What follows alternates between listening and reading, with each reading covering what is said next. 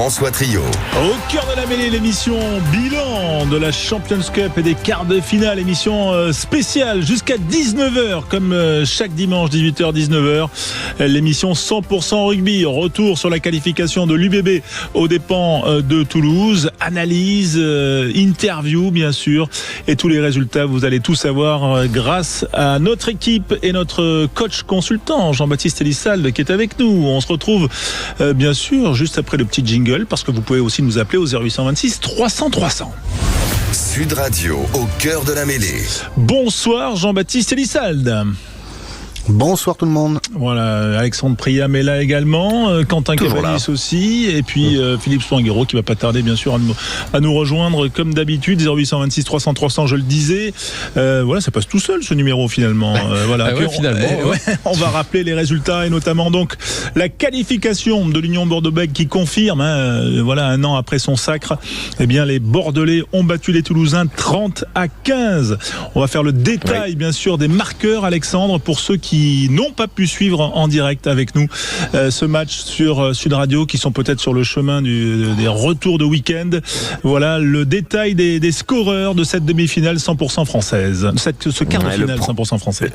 Le premier essai du match avait été marqué par Maxime Lamotte à la 23e minute de jeu. Réponse immédiate de Romain Ntamak à la 25e, puis de Teddy Thomas à la 39e minute de jeu. À la mi-temps, il y a 2 essais à 1 et un score de 12-15. Au retour des vestiaires, Gélibert marque 12-5 pardon. Au retour des vestiaires, Gélibert marque un essai à la 45e minute de jeu, puis Tamé Funa à la 57e et enfin Retière à la 74e minute de jeu. Ça fait donc 4 essais à 2, 30-15 dans ce dernier quart de finale de Champions Cup 2026. Voilà, et bien sûr on parlera, et on va en parler dans le débrief avec Jean-Baptiste, mais il y a eu ce carton rouge de 20 minutes donc contre Dorian Aldeguerri aux alentours de la 38e minute, 37e minute, et puis ensuite il y a eu un carton jaune à Dupont, ça c'est quasiment 57e minute aussi. Ils ont même joué une minute à 13 les Toulousains. Bref, il y a eu beaucoup de choses dans ce match et beaucoup de choses à débriefer avec toi, Jean-Baptiste. D'abord, première impression, parce que c'est vrai que on sait que Toulouse est habitué à ce genre de match. Il n'y avait pas, comme l'an dernier, on va dire, l'absence de joueurs majeurs comme Ramos, Dupont ou même Movaca. Les trois étaient titulaires au début. Ce ne sont pas 3 joueurs qui font un match. Mais comment toi tu expliques ce succès des Bordelais 30-15 face aux Toulousains? D'abord, avant d'expliquer le succès ou la défaite, je sais pas dans quel camp on se place, mais ça c'est du rugby. Enfin, là, on est arrivé dans des matchs qui vraiment comptent, où il n'y a pas 45 points de chaque côté, où ça défend, c'est dur, c'est âpre, et ce chaos en fait fait que dans la difficulté, dans la fatigue, arrivent des accidents comme celui de Dorian Aldeguerri qui prend un rouge, Antoine Dupont qui prend un jaune, mais ça aurait pu être de l'autre côté peu importe, mais au moins j'ai l'impression que là on se régale. C'est un petit c'est intéressant. Juste sur ce point, et après on va bien sûr détailler. Est-ce que tu penses, Jean-Baptiste, aussi que les joueurs, le fait de jouer une équipe, on va dire en mode phase finale, top 14, le top niveau pour l'un ou l'autre, parce que finalement aujourd'hui c'est ce qui se fait de mieux dans le rugby de club ou de province. Est-ce que du coup, on aborde le match différemment? C'est-à-dire que contre Leicester, on dit tiens, allez, première mêlée, on attaque à la main, et là on est beaucoup plus prudent. Il y a un rugby un peu plus de stratégie entre guillemets. Non, je suis pas sûr que ce soit une question de prudence. C'est juste une question que ça ressemble vraiment à du rugby. Ça ferraille dans tous les rucks, ça ferraille en défense, ça plaque, ça monte.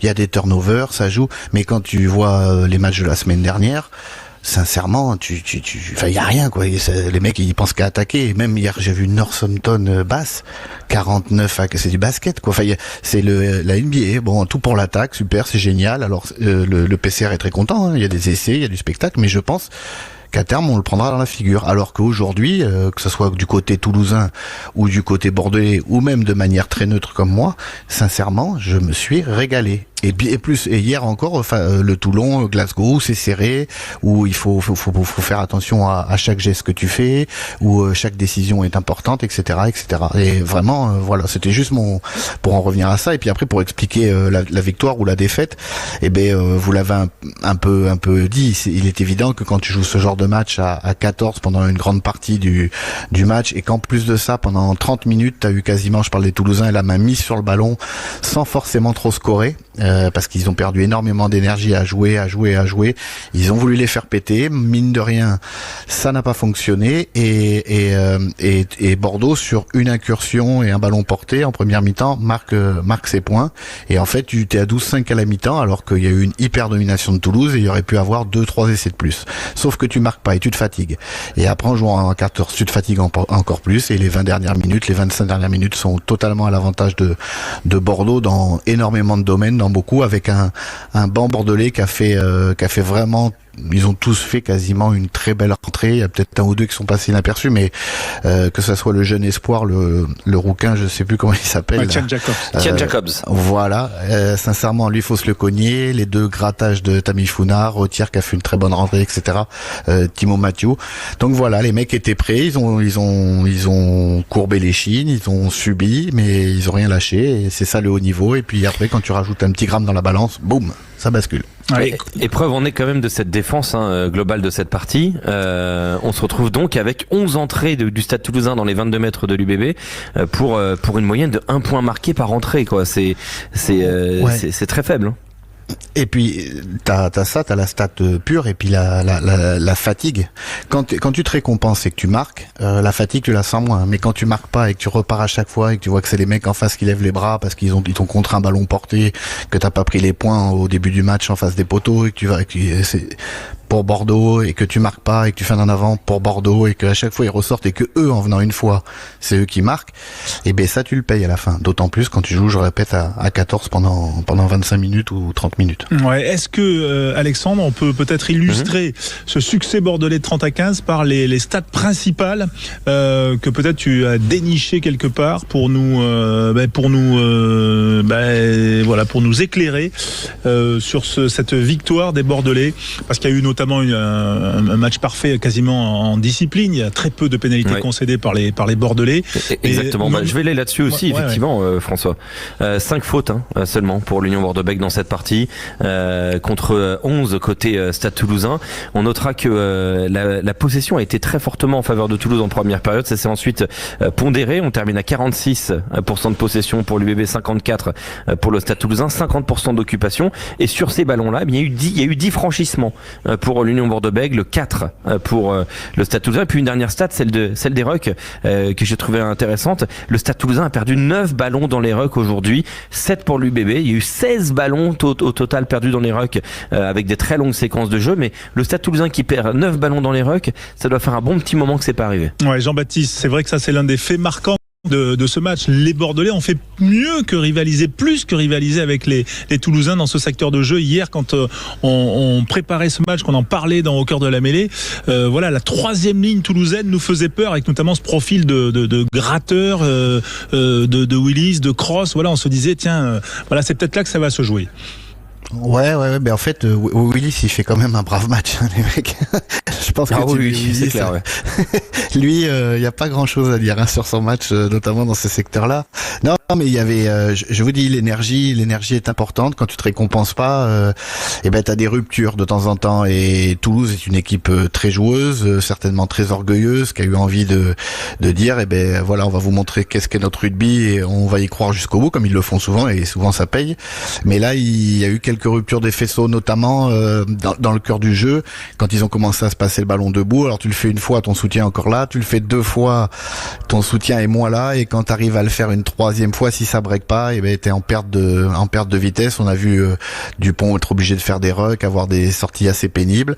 Il faut féliciter l'UBB aussi qui a pendant tout ce temps-là été quand même assez dynamique autour des rucks pour circuler, et qui a plutôt bien défendu sans prendre trop de points malgré l'hyperdomination. Et en effet, le jeu au sol a été, alors oui, la stat 9-7, mais pour moi c'est partagé, ça s'est rendu coup pour coup, mais il y a des choses hyper, les 2 grattages de Tamifuna, on l'avait déjà mis sur le podium la semaine dernière sur sa rentrée, on peut le remettre aussi. Effectivement, en tout cas, la belle performance des Bordelais, vainqueurs 30 à 15. Bien sûr, on va peut-être faire une première pause dans cette émission.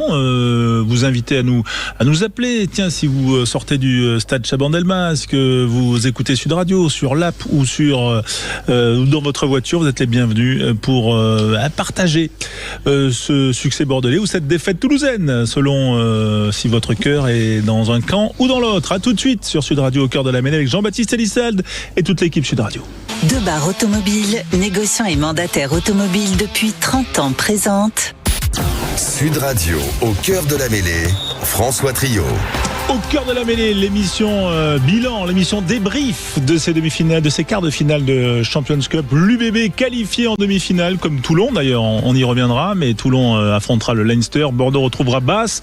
Bordeaux qualifié donc aux dépens de Toulouse 30 à 15, un match de très très haut niveau. On l'a détaillé en stats avec Alexandre Priam et avec Jean-Baptiste Elissalde, de notre consultant, notre coach, voilà, qui a l'œil de Moscou. Est-ce que Jean-Baptiste, est-ce qu'il y a un joueur peut-être dont tu veux faire ressortir la performance? Voilà, moi j'ai bien une idée. Je sais que t'aimes pas ça parce que tu dis ça, c'est un truc de journaliste. Mais nous, on a besoin aussi de sortir. Nous, on est journalistes. Voilà. Et donc, on veut savoir qui tu mettrais comme ça sur ton podium, tiens, aujourd'hui, par exemple.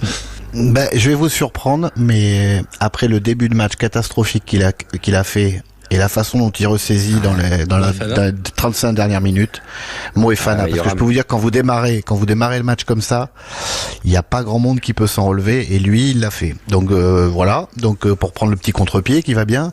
Après, sortir un match du côté de Willy, ça a été incroyable, du côté toulousain, et du côté bordelais, c'est plus la récompense en fait du travail de toute la saison. Ils ont fait 20 points en poule. C'est pas rien de faire 20 points, même si je vous dis, la compétition, on peut en passer ce qu'on veut, mais 20 points c'est pas rien.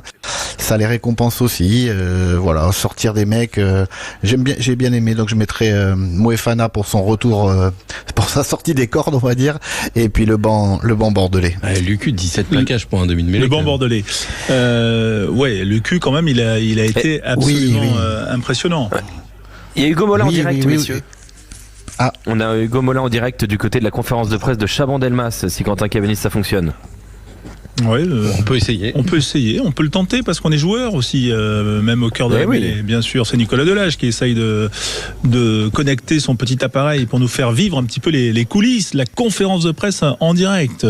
Et si t'es pas encore prêt, Quentin, on continue avec Moi, je suis prêt, j'attends juste qu'il y ait du son qui arrive. Voilà.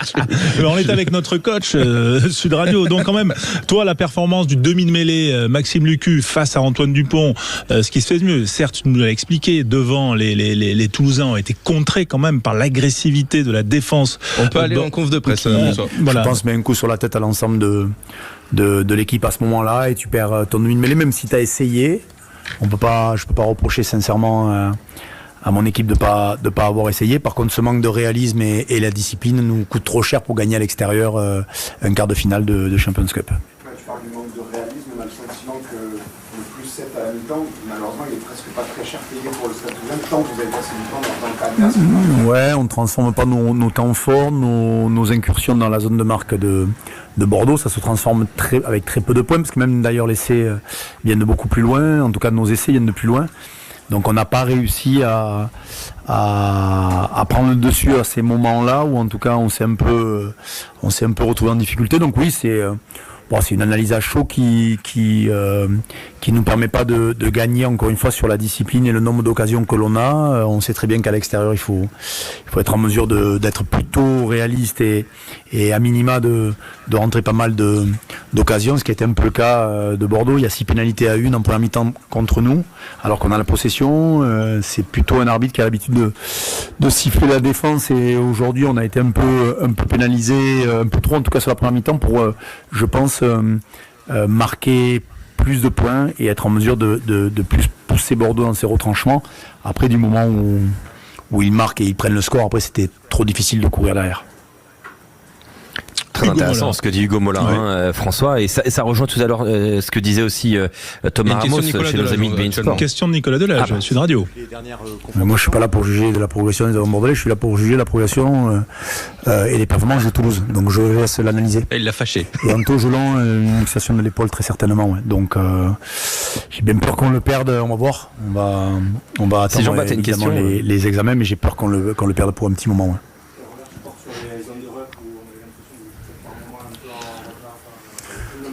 Voilà, les questions en conférence de presse dans le paddock bordelais. N'oubliez pas que malheureusement on a joué beaucoup à un de moins et un avant en moins dans ces zones-là, c'est toujours délicat, même si je trouve que on a des situations où peut-être on est un peu coupé en deux, donc on va prendre le temps de évidemment le regarder plus précisément. Perdre fait partie aussi de choses qui nous permettront de progresser, d'évoluer. On est tombé sur une très belle équipe de Bordeaux qui finit premier de cette compétition, reçoit un quart et une demi à domicile, donc il y a quand même pas, il y a pas trop de hasard. Et peut-être encore une fois que notre campagne européenne, on y a peut-être laissé des plumes à Glasgow et au Saracens. C'est peut-être après ça au final après lequel on court, même si encore aujourd'hui en termes d'engagement et d'intensité, même si le score est un peu lourd à la fin parce que sur le dernier essai, la dernière situation, le carton jaune d'Antoine nous coûte aussi un peu cher puisqu'on prend des points directement derrière.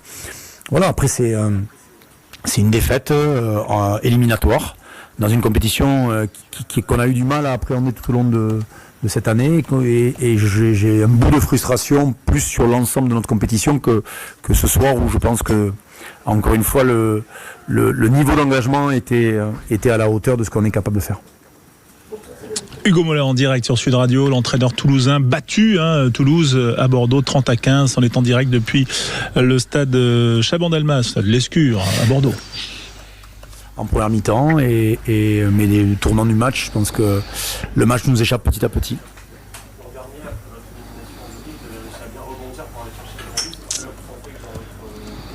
Voilà la presse qui pose des questions à Hugo Mollin et parmi ces journalistes Nicolas Delage qui est avec nous.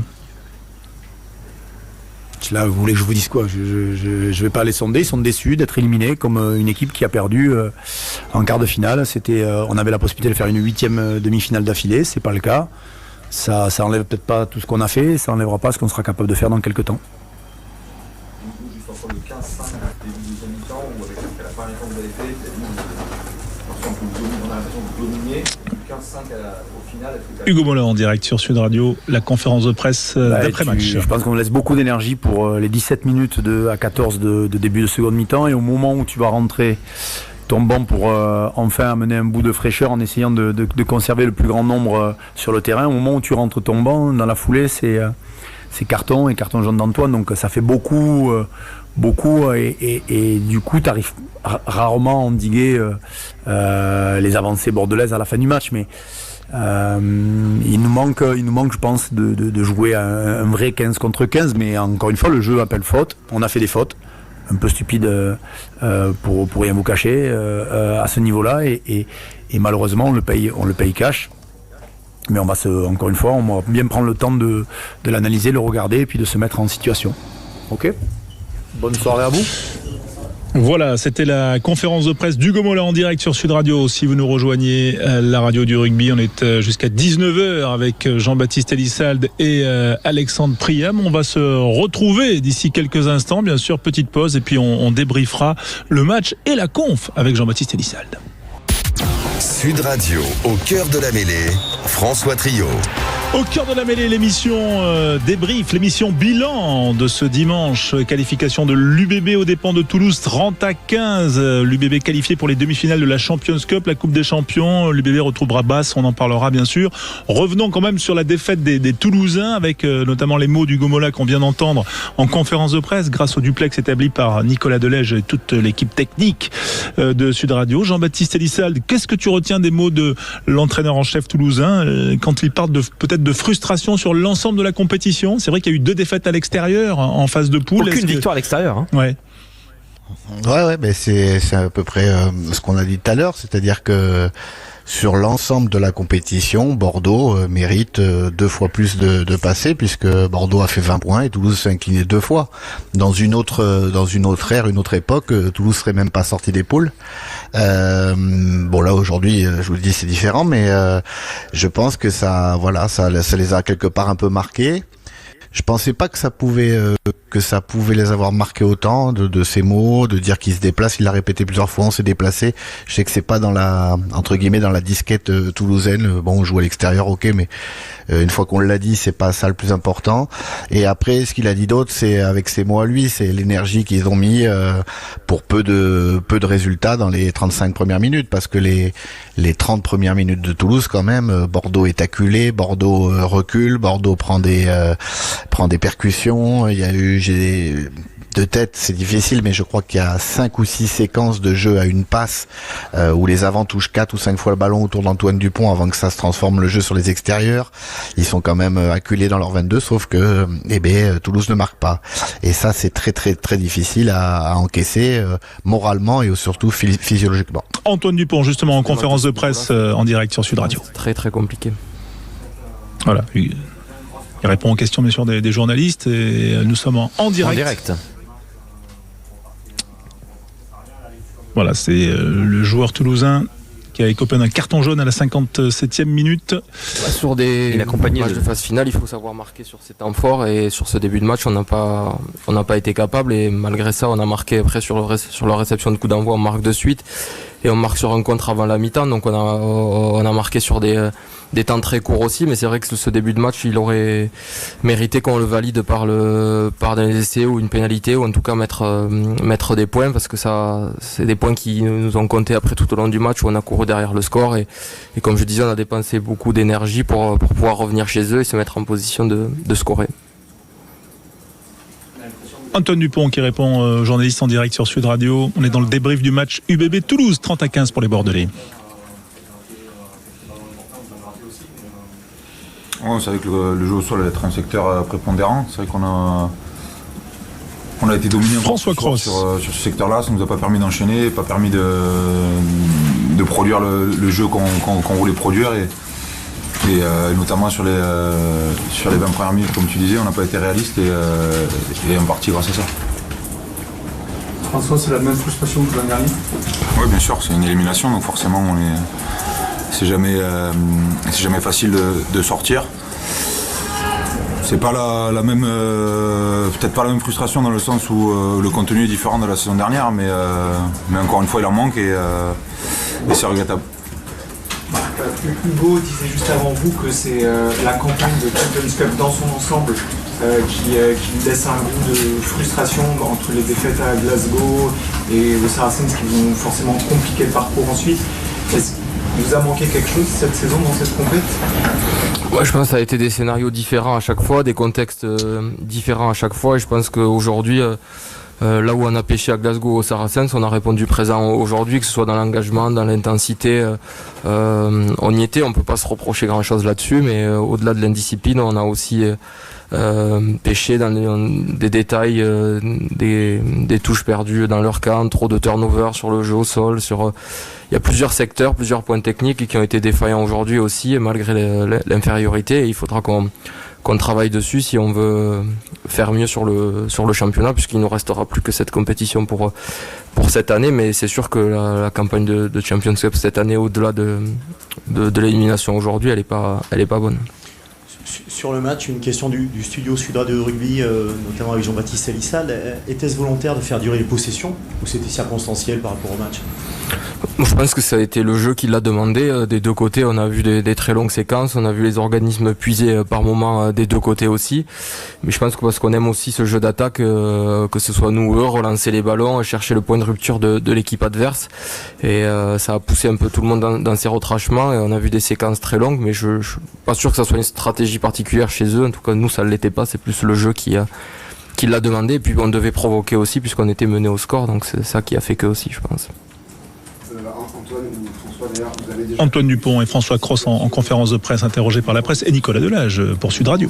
Compétition, et vous avez souvent su rebondir derrière. Est-ce que cette expérience-là, aujourd'hui, elle peut aussi vous servir, vous nourrir pour les jours et les semaines à venir, parce que, comme tu disais, Antoine, il reste le top 14 derrière. Il faut qu'elle nous serve de toute façon. Quand on a une défaite, une déconvenue, soit on baisse la tête et on arrête, soit on se remet au boulot, on en tire des leçons, on en tire du positif. Et surtout, on essaye d'être meilleur et de progresser sur les échéances qui vont arriver. Le groupe a su répondre présent par le passé sur ce genre de scénario, mais il faut pas qu'on se dise que ça va faire comme les autres années, qu'on se rattrapera, qu'on va gagner le top 14 si on fait pas plus, si on change pas certaines choses, on n'y arrivera pas. Donc il faut aussi qu'on le prenne comme un avertissement de se dire qu'il faut faire plus. Merci. Voilà la conférence de presse des Toulousains, Antoine Dupont, François Cros qui répondait aux questions. Beaucoup de choses quand même, et notamment une réponse à ta question, Jean-Baptiste Elissal, de notre consultant Sud Radio. J'ai même posé une question. Voilà, ouais, c'est ça, c'est la magie. Et merci à Nicolas Delage et toute l'équipe d'avoir organisé cela. Depuis les vieux crampons, il peut faire des questions en zone mixte. Voilà. Non, mais voilà, ce n'était pas une stratégie de vouloir en gros faire, pousser, on va dire jusqu'à l'épuisement l'adversaire en faisant des longues séquences. C'était pas une stratégie, a répondu Antoine Dupont, Jean-Baptiste. Ouais. Je pense quand même qu'ils avaient. Je t'ai vu faire la moue, Jean-Baptiste. Sur les 25 premières minutes, mais c'est le jeu toulousain, hein. Ils étaient dans le camp adverse, donc ils tiennent le ballon et il n'y a pas de souci, mais il y a quelques phases de jeu, faudrait les revoir, là c'est à chaud, où ils ont poussé la machine très très loin, même quand ils ont reculé un petit peu, ils ont redémarré, et à chaque fois ils ont recassé un plaquage qu'ils a remis dans l'avancée, mais ça a fait des séquences de possession très longues. Je crois qu'il y a une chasse, un coup de pied rasant de Thomas Ramos à gauche là-bas une fois. Il y a très peu quand même de fois où ils ont mis Bordeaux sur le reculoir par le jeu au pied offensif, par des choses comme ça, où tu peux respirer un petit peu et mettre les autres un peu dans l'inconfort. Donc je pense qu'ils avaient quand même à cœur dans ces 35 derniers mètres là de faire des séquences, notamment des séquences très proches autour d'Antoine. On a vu beaucoup de fois les avants venir taper autour. D'habitude c'est 2-3 fois, là c'est monté jusqu'à 5 fois sur une séquence, et tout ça pour peu de points, et ça les deux l'ont notifié, et Hugo et Antoine, et c'est ça qui a été le plus dur pour eux, c'est de pas avoir été réaliste. Et d'ailleurs il y a eu une pénalité là quasiment sur le second poteau, quasiment en face. Ils vont en pénal touche, et à la sortie le bras de fer est gagné par Bordeaux sur le ballon porté, et tous ces petits faits de jeu ont fait qu'ils ont perdu et de l'énergie, et que Bordeaux en a gagné parce que mentalement ils se sont refait la cerise à chaque fois. Ils se sont dit on s'en sort, on prend pas de points, et les cartons ont fait la différence à la fin. Ouais, justement, il y avait débat à un moment où Toulouse a choisi cette option là d'aller en touche plutôt que de prendre les points dans un quart de finale face à un rival aussi serré. Qu'est-ce que toi moi j'étais avec Guinoves, et je voyais ses doigts là comme ça. les points. Et il y en a une autre. Et il y en a une à 22-18 aussi, il me semble, ou 22-15 ou 25-18 là. À la télé ils disent que même Poitronneau dit on aurait peut-être on devrait peut-être la taper. Et là pareil ils vont pénal touche et ballon pour Bordeaux. Il y a que 22, je crois que c'est 24-18, ça peut faire 24-21, enfin c'est pas pareil, hein. Tu peux aller chercher une prolongation ou quelque chose comme ça. Il y a 19-15 puis 22-15, hein. Ça c'est l'évolution du 22-15. Ouais. À 22-15 je crois qu'il tape encore une fois en touche alors qu'elle est en face des poteaux, celle-là, enfin un peu sur le poteau gauche, mais largement dans les cordes du meilleur buteur du monde. Voilà, et le meilleur buteur qui en a loupé une transformation qui est d'habitude est dans ses cordes aussi. Enfin tu vois, plein de petits moments du match où t'as senti que en fait ça butait, tu te récompensais pas, tu perdais de l'énergie, et puis les autres dès qu'ils ont mis la marche avant et qu'ils sont servis de cette supériorité numérique, voilà, le bras de fer a basculé en la faveur de Bordeaux normalement. Alexandre Priam. Moi j'aimerais bien qu'on revienne sur la défense des groupés pénétrants, parce que on a vu notamment les Bordeaux-Lobègue plutôt être intéressants sur ce point-là, les Toulousains être pour le coup pénalisés, concéder un essai en seconde période, je crois, sur celui de Lamotte, sur ce point-là, tout en ayant d'abord bien défendu avec Meafou sur un précédent. Est-ce que ça a été déterminant, la défense des groupés pénétrants aujourd'hui, Jean-Baptiste ? Bah ça l'est toujours, hein, notamment quand tu vas dans les coins, il y a de plus en plus de pénalités non tentées, donc beaucoup plus de pénal touche dans le rugby. Ça porte bien son nom, hein, c'est une sorte de penalty, donc forcément quand tu défends vraiment bien ces moments-là, ça te met beaucoup déjà une grosse force mentale et une grosse force morale pour repartir de chez toi. Et à contrario, quand tu les défends pas bien et que tu prends un essai trop facilement, c'est difficile à encaisser. Et c'est d'ailleurs ce qui s'est passé. C'est la seule question à laquelle Hugo, entre guillemets, n'a pas répondu. C'est est-ce que les avants bordelais ont progressé? Je dis oui, ils sont densifiés. Et ils ont quand même premier ballon pénal touche, Keane, assez facilement. C'est voilà. Ouais, qui vient juste après le contre, justement, ce que tu faisais, la pénal touche toulousaine, qui est contrée par une belle défense de ballon porté. Et il y a deux moments importants de Toulouse. Donc celle où ils choisissent pas les points en début de match, ils vont en touche, ballon pour Bordeaux, et celle à la fin à 22, donc à je sais pas 22-15 là, ou 18-15, je sais plus, où ils vont en touche, et là pareil, ballon pour Bordeaux.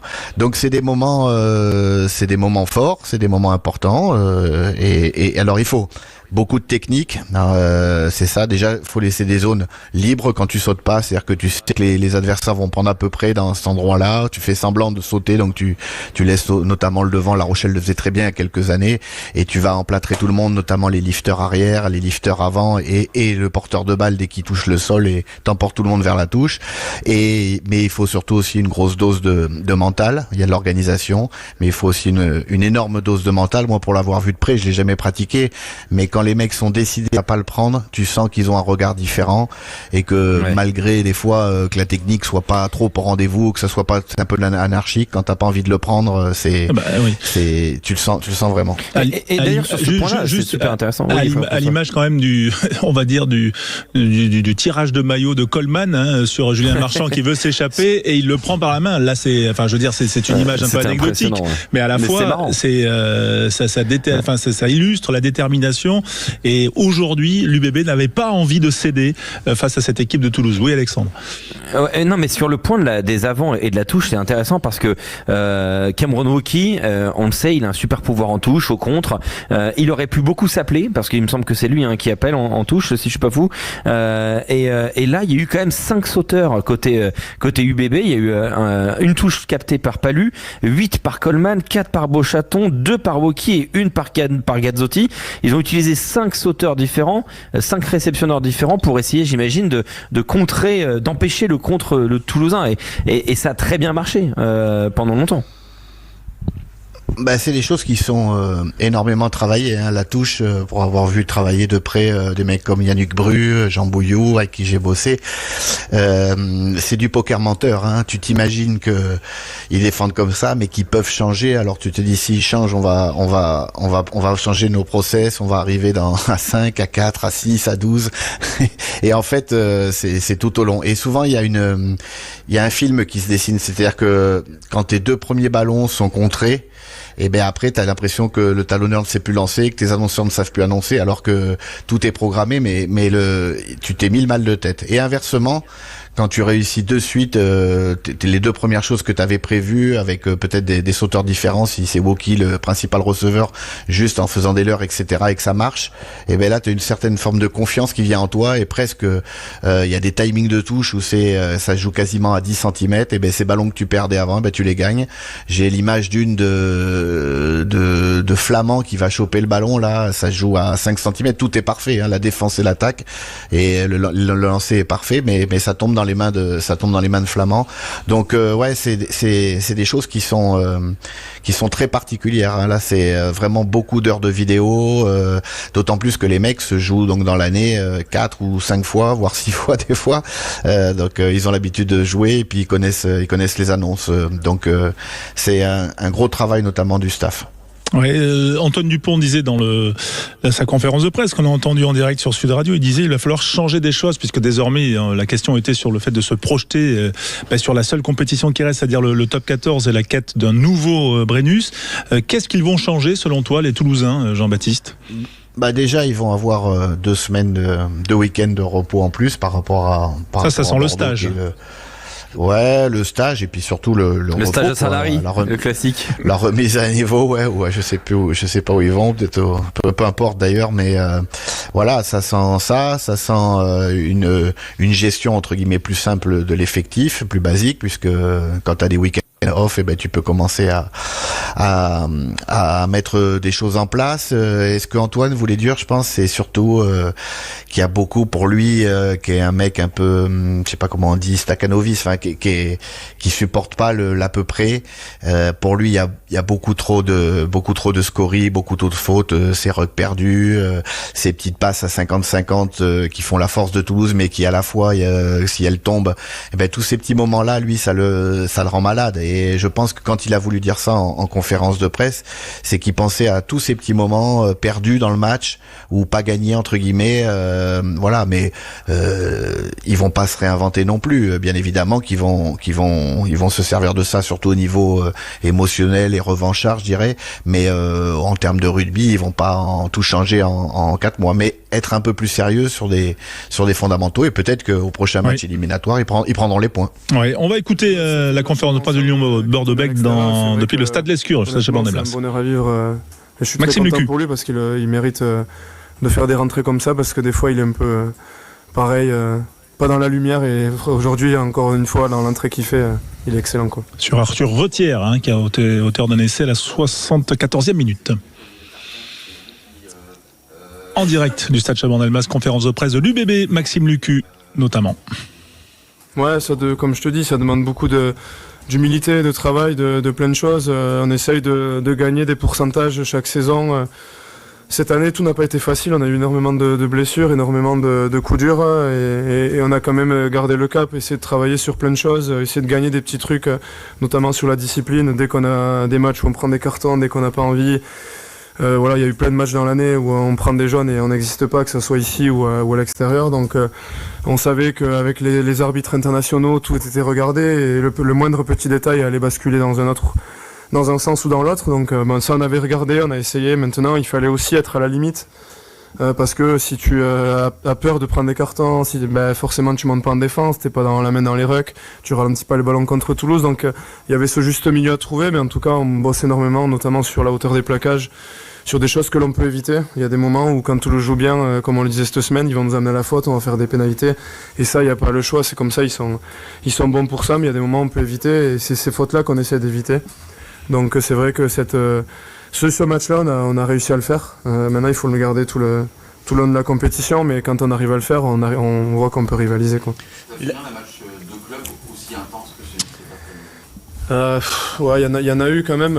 Il y en a eu. Déjà, celui d'il y a 3 semaines contre eux aussi, il a été ouf au Matmut. Ça a été 46 minutes de temps effectif, ce qui est incroyable. Et quand tu sors de matchs comme ça, je le disais, c'est beaucoup de plaisir, mais aussi beaucoup de force lâchée dans la bataille. Mais ouais, il y a eu beaucoup de tension aussi autour. Donc ouais, ça apporte des matchs. Franchement, on prépare des semaines on joue au rugby, on prépare des semaines pour vivre ça, et ça a été très long, très dur à préparer. Il y avait beaucoup de tension parce que le Stade Toulousain fait toujours peur quand tu te dis que ça arrive en fin de semaine. Donc on avait hâte d'arriver à ce match-là et hâte de savoir le résultat. Donc voilà, c'est pas facile à digérer, à vivre, mais en tout cas c'est des beaux moments, et on a pris beaucoup de plaisir à l'image du stade, je crois, aujourd'hui. La demi, c'est basse. Qu'est-ce que ça t'inspire, Max ? Ouais, c'est des équipes basses depuis maintenant 2 ans. On le disait l'année dernière, ils ont gagné la Challenge, mais ils méritaient d'être en Champions Cup. Ils dominent aussi le championnat anglais depuis maintenant quelques années. C'est une équipe qui est forte, qui joue beaucoup, qui a un maître à jouer qui est incroyable. Ils ont des gros porteurs, une grosse 3e ligne, donc ça sera encore un gros défi. Quand on avait vu le tableau de ce Champions Cup, on était obligé de regarder tout ce qui pouvait nous arriver jusqu'à la fin, et le chemin de croix il est encore en marche, donc voilà, il faudra passer par basse, bien le préparer, parce que ça va être encore un très gros match avec une grosse intensité, une équipe qui joue beaucoup, donc on est préparé à tous les scénarios face à eux. En tout cas, si on n'est pas prêt, on sait que le résultat il sera négatif. Maxime Lucu, le capitaine bordelais, en conférence de presse sur Sud Radio en direct. On est au cœur de la mêlée. Qui a prolongé jusqu'en 2029. Oui. Qui a fait 17 plaquages aujourd'hui. C'est fort. Très très fort. Et qui a peut-être même fini sa conf de presse. Ouais. Voilà. Mais bon, en tout cas, ça nous permet de faire réagir Jean-Baptiste Elissalde. Voilà, on a eu tout à l'heure Antoine Dupont, on a Maxime Lucu. Voilà, toujours beaucoup d'humilité quand même à la hauteur à l'image du joueur qu'il est. Mais quand même, on a senti que oui, l'écart se resserre. Hein, ça, on a bien compris que l'écart se resserrait avec le Stade Toulousain entre l'UBB et Toulouse. Ouais, ça fait même un peu plus que se resserrer sur les 2 dernières saisons. Ça commence à même se partager les choses. Le travail est bien fait, le discours est très humble parce que le personnage est comme ça et parce que son coach a aussi le même discours. Ils savent d'où ils viennent, ils savent où ils vont et ils savent que Toulouse c'est une machine qui est là depuis X et de nombreuses années et qui a beaucoup de temps d'avance dans beaucoup de domaines, qui a qui rayonne sur beaucoup de choses notamment dans le recrutement, dans la détection chez les jeunes et qui ils aspirent. Mais Bordeaux travaille bien. Bordeaux a gagné ses 2 finales de rugby à 7 chez les jeunes à La Rochelle, c'était là devant Toulouse. C'est plein de petits signaux, même si ça n'a pas marché en espoir cette année, c'est que il y a quelques jeunes ceux qui viennent du cru qui sont sur le terrain, il y en aura encore.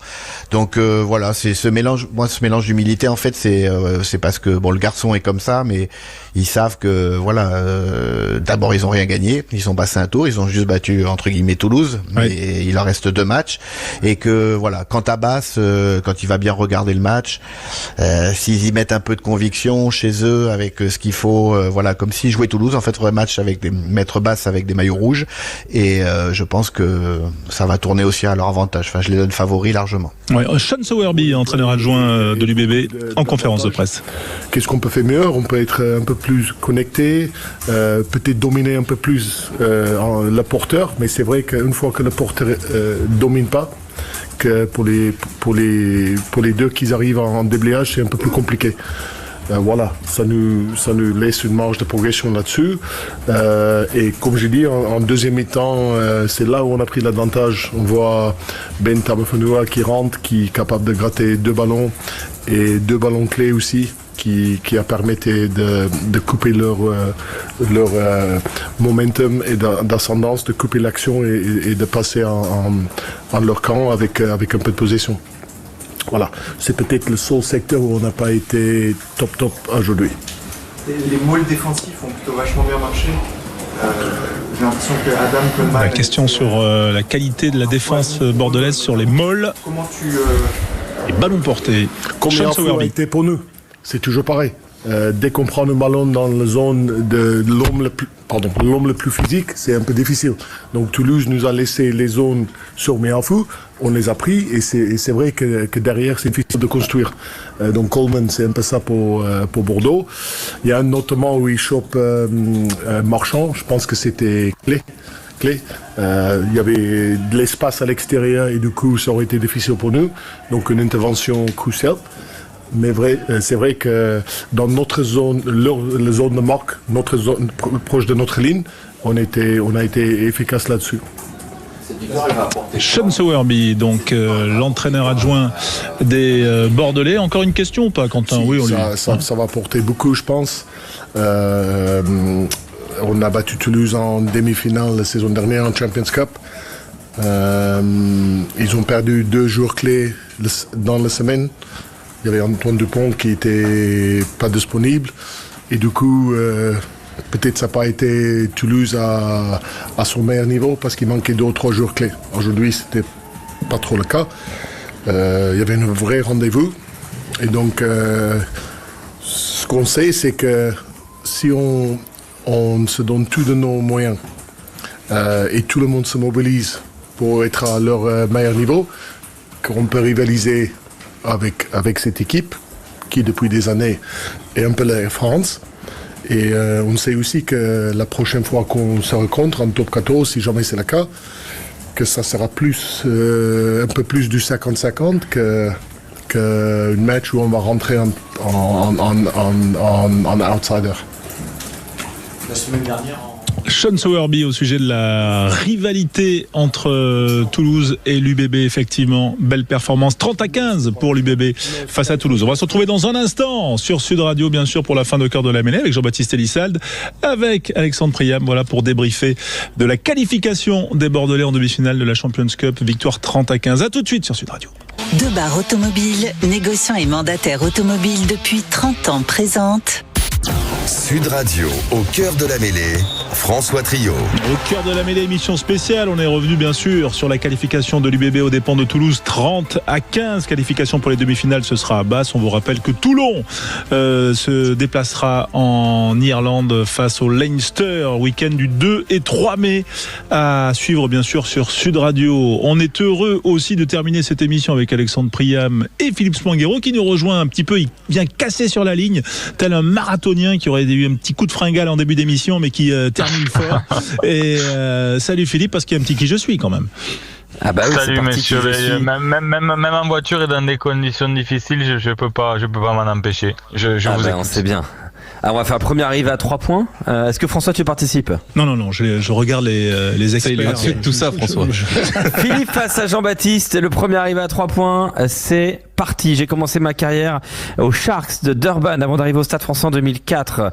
Je fais 3 saisons au Stade Français Paris jusqu'en 2007 avant d'arriver au Stade Toulousain. 5 saisons jusqu'en 2012. Et puis c'est Philippe en premier. Non. Si c'est Philippe. Mais non. C'est Philippe. Mais non. Philippe. Mais non. Philippe. Sean Sowerby. Sean Sowerby 1-0. On vient de l'écouter, t'as pas été le chercher loin. Mais j'ai dit 4 fois. Non mais en fait Philippe il fait une bordelaise, tu vois. Mais Philippe il a dit. Bam, il défend bien, il nous laisse nous épuiser. Moi pendant 1 heure je parle et lui il arrive, bam. Non mais il a dit Philippe avant. C'est juste que Philippe c'est plus court que Jean-Baptiste. J'ai dit champion. Ouais bon. Bon allez, c'est bon. Allez, on enchaîne. Alors j'ai commencé ma carrière chez les jeunes à Givors. Et puis ensuite j'ai été à Bourgoin-Jallieu. Jamba. C'est Philippe encore. C'est Philippe encore. Pascal Papé. Il y a du décalage. Pascal Papé, 2-0. Non mais c'est pas possible. Le problème c'est que s'il nous met 3-0, il va nous rester 1 minute 30. Ouais, bah laisse. On continue. Si ça marche, ne touche pas la machine, ça sert à rien. On continue, je suis assez inquiet là. Allez, on continue, c'est parti.